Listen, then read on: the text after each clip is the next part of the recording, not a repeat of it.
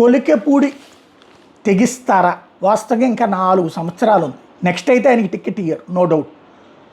But ఇప్పుడు తెగిస్తారా రాజీనామా అన్నటువంటిది నిన్న కూడా ఓ సందేశం 48 గంటల టైం మొన్న ఇచ్చారు. ఇప్పుడు గడువు చెప్పకుండా రమేష్ రెడ్డి అనే నాయకుడిని అక్కడ ఒక దాన్ని ఏమంటారు క్యాస్ట్ సెంటిమెంట్ తీసుకొస్తున్నారు. ఇదే గనక వైఎస్ఆర్ కాంగ్రెస్ పార్టీ నాయకుడు అయితే గనక ఓ దళిత నాయకుడికి అవమానం, పార్టీ అస్సలు పట్టించుకోవట్లేదు దళితులది, ఈ టైప్లో రాసేవాళ్ళు ఈనాడు జ్యోతి కానీ వీళ్ళందరూ కూడా.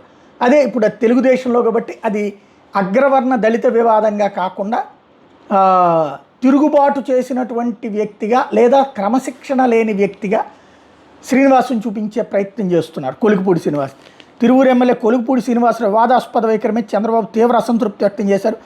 ప్రతిసారి ఏదో ఒక వివాదం తలెత్తుతుండడంపై అసహనం ప్రకటించారు. రాష్ట్రంలో ఏ నియోజకవర్గంలో లేని సమస్యలు తిరువూరులోనే ఎందుకు వస్తున్నాయని మండిపడ్డారు.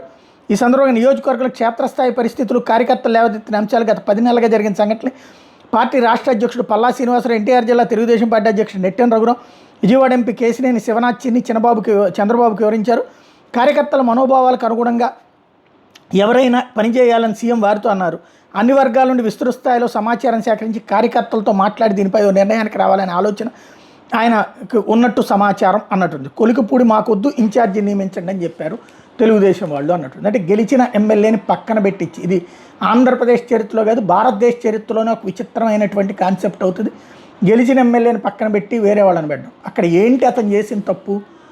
మందు చంద్రబాబు గారే చెప్పినటువంటి బెల్ట్ షాపులు వద్దంటమా, లేకపోతే రోడ్లు వేయకపోతే వేయిస్తానంటమా, లేకపోతే అక్కడ అక్రమంగా దోచుకుంటున్నటువంటిది ఇసుక అదంతా ఫ్రీగా రావాలి కదా అంటమా?